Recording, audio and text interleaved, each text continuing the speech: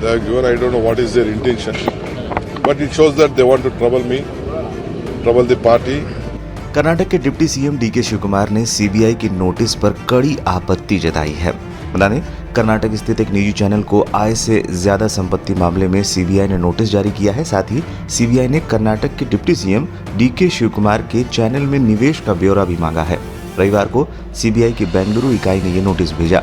अपने खिलाफ सीबीआई मामले पर कर्नाटक के डिप्टी सीएम डीके शिवकुमार ने कहा, मुझे नहीं पता उनका इरादा क्या है, लेकिन इससे साफ दिख रहा है केंद्र मुझे और मेरी पार्टी को परेशान करना चाहते हैं। ये एक बड़ी साजिश है। They have given. I don't know what is their intention, but it shows that they want to trouble me, trouble the party, and all these things. Some big plot is going on. I don't want to comment on it. I think justice will prevail at the right time. Media से बात करते हुए इस मामले में कांग्रेस के दिग्गज नेता रहे अहमद पटेल का भी उन्होंने जिक्र किया। डीके ने कहा, अहमद पटेल के चुनाव के बाद से ही और अब जब अहमद पटेल हमारे बीच नहीं है तो मुझे लगा सब खत्म हो गया, लेकिन ये मुझे अभी भी परेशान कर रहे हैं। I am telling you, Ahmed Patel election, Ahmed Patel is no more now. No more now. I thought that it will be over, but still they wanted to harass me. They are harassing. Who all are there behind this also I know. I don't want to comment on this. Law is there.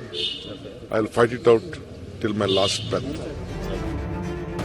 DK Shivakumar ने अहमद पटेल का जिक्र क्यों किया और DK Ahmad Patel की किस चुनाव की बात कर रहे थे, आइए जानते हैं। साल 2017 के अगस्त में अहमद पटेल को कांग्रेस ने गुजरात से राज्यसभा का उम्मीदवार बनाया था। इसके बाद बीजेपी ने उन्हें हराने के लिए प्लान बनाया। अमित शाह ने बीजेपी की तरफ से इस चुनाव में कमान संभाली थी। दरअसल गुजरात में उस समय 3 सीटों पर चुनाव होना था। 2 में बीजेपी की जीत तय थी, तीसरी सीट पर पेंच फंसा हुआ था और बीजेपी किसी भी हालत में अहमद पटेल को हराना चाहती थी।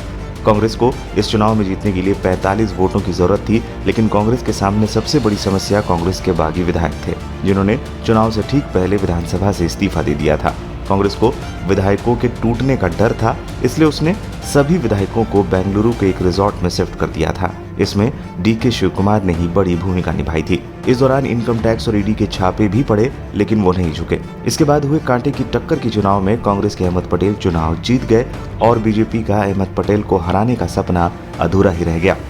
अहमद पटेल के जीतने के ऐलान के पहले कुछ ड्रामा हुआ। दरअसल वोटिंग के बाद कांग्रेस ने आरोप लगाया कि उसके 2 विधायकों ने अमित शाह को वोट डालने के बाद विक्ट्री साइन दिखाया। इसके खिलाफ कांग्रेस आधी रात को चुनाव आयोग पहुंची। इसके बाद चुनाव आयोग ने रात के 12 बजे दोनों विधायकों के वोट रद्द कर दिए। इसके बाद वोटों की गिनती हुई और रात 1:30 बजे अहमद पटेल को विजयी घोषित किया गया। हालांकि अहमद पटेल अब इस दुनिया में नहीं है। उनका साल 2020 में कोरोना की वजह से 71 साल की उम्र में निधन हो गया था।